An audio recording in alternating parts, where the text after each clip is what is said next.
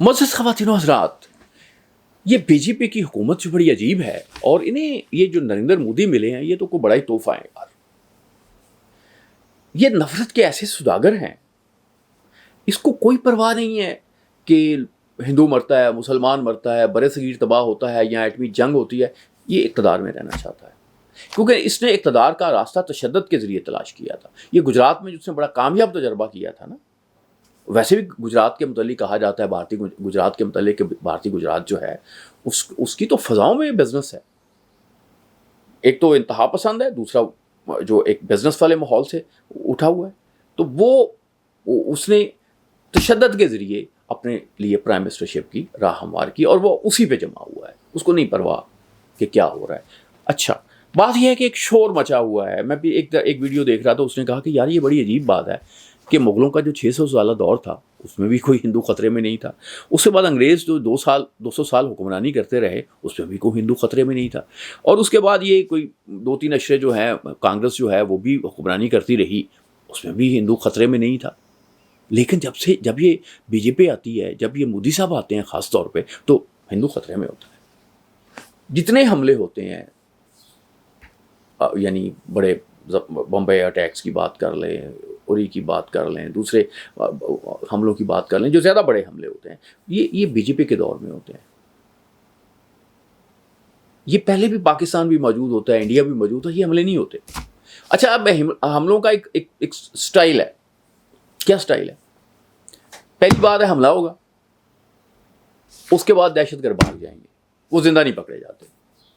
उसके मुतालिक जो स्टोरीज बनाई जाती हैं उनके लिए उनके साथ कोई सॉलिड एविडेंस जो है वो भारत दुनिया को पेश करने के लिए तैयार नहीं।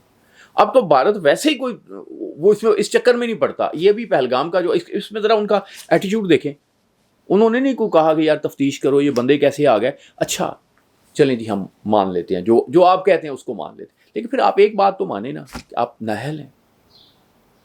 भाई आपके होते हुए हमला हो गया तो आप नाअहल तो हैं हुए ना। फिर या आप ऐसी हरकतें करते हैं कि इस तरह के मामलात पेश आते हैं, आपकी पॉलिसीज ऐसी, किसी ना कोई जिम्मेदारी तो लें। आप देखें कि आपने पाकिस्तान को हमला कर दिया, खुद इंडिया पे अटैक का जो ख़तरा मोल ले लिया, खुद एटमी जंग का ख़तरा मोल ले लिया, लेकिन तफ्तीश नहीं पहलगाम की करवाई। और ना आप करवाएंगे।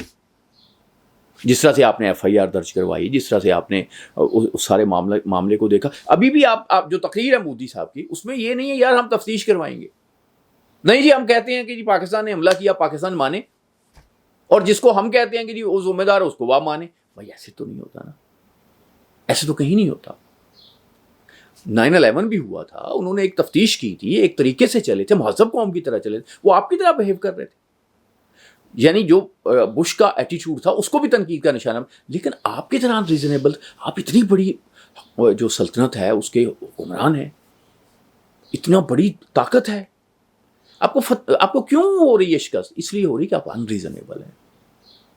आप चाहते हैं कि आसमान जो है, जो सब कॉन्टिनेंट का आसमान है, उस पर बीजेपी का रंग जो है वो लगा दिया जाए। आसमान का रंग नीला ही रहना है भाई, ये ज़ाफ़रानी नहीं हो सकता। आप गलत सोच रहे हो। आप चाहते हो तशद्दुद के ज़रिए, इंतशार के ज़रिए मुसलमानों को दबा दो, ख़त्म कर दो, अखंड भारत बना लो। लेकिन अब आपको ये देखना चाहिए कि इस खित्ते में मुसलमानों की तादाद बहुत बढ़ गई है। आप मुसलमानों का अगर आप इंडिया, पाकिस्तान, बांग्लादेश उसका अंदाज़ा लगा लें तो ये तकरीबन 75 करोड़ के करीब है, और हिंदू जो है वो 1 अरब से नीचे ही हैं, कोई 90 करोड़ के करीब होंगे।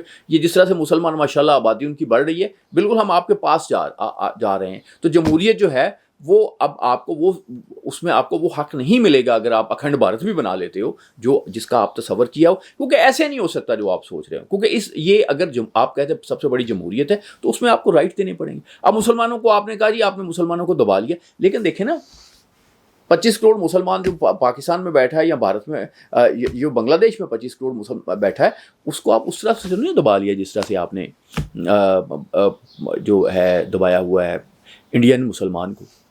वो इंडियन मुसलमान तो बेचारा हमें इसलिए गालियाँ देता है कि आप उसे डरा हुआ है, लेकिन वो अपनी आवाज़ देता है कि आप हमारे हकूक़ छीन रहे हो। वो तो ये शोर तो मचा रहा उठा हुआ है। दिल्ली से ऐसी आवाज़ें भी उठती हैं कि ये पाकिस्तान एक नया बनेगा, लेकिन वो इंडिया से बनेगा। لیکن ہم یہ چاہتے ہیں کہ انڈیا آباد رہے، دلی آباد رہے، اسی طرح سے آباد رہے جیسے لاہور آباد رہے، کراچی آباد رہے، اسلام آباد آباد رہے.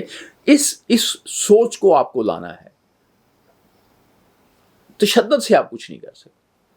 آپ نے جنگیں لڑی، 65 کی جنگ ہوئی، آپ جو بھی بات کریں، پاکستان نے بہرحال آپ کا مقابلہ کیا اور اپنی ایک شناخت کی.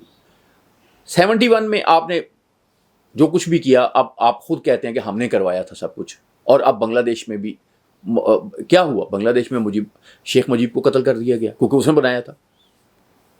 اور اندرا گاندھی کو بھی قتل ہو گئی وہ سکھوں کے ساتھ پنگا لینے سے، کیونکہ وہ باز نہیں آ رہی تھی. اب کیا ہے؟ اس طرح سے چیزیں نہیں چلتی، تشدد سے چیزیں نہیں چلتی. آپ نے تشدد کو چھپانے کے لیے جو میڈیا کا استعمال ہے، یہ آپ کمال کا کرتے ہیں، یہ بالکل کمال کا میڈیا کا استعمال کرتے ہیں.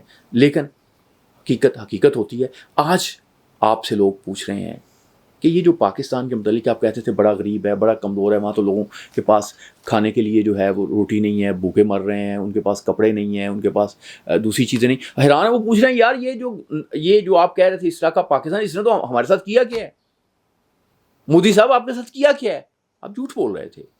میں آپ کو بتاتا ہوں، پاکستان نے بہت غلطیاں کی ہیں، پاکستان کے حکمرانوں نے بھی غلطیاں کی ہیں، ہم نے بھی غلطی. لیکن ہمارا سب سے بڑا مسئلہ یہ ہوا کہ آپ کشمیر کا مسئلہ ہی حل نہیں ہونے دیتے. کشمیر کا مسئلہ اسی طرح سے حل ہوتا ہے کہ کوئی ثالثی ہو جائے، کوئی انصاف. آپ کشمیر میں انصاف نہیں ہونے دینا چاہتے. آپ کشمیر میں ایک قبضہ رکھنا چاہتے ہیں. اس قبضہ رکھنے کی خاطر آپ نے پورے بر صغیر کو ڈیسٹیبلائز کیا ہے. سارے اس کے ریسورسز جو ہیں وہ اس پہ جا رہے ہیں. نتیجہ کیا ہے؟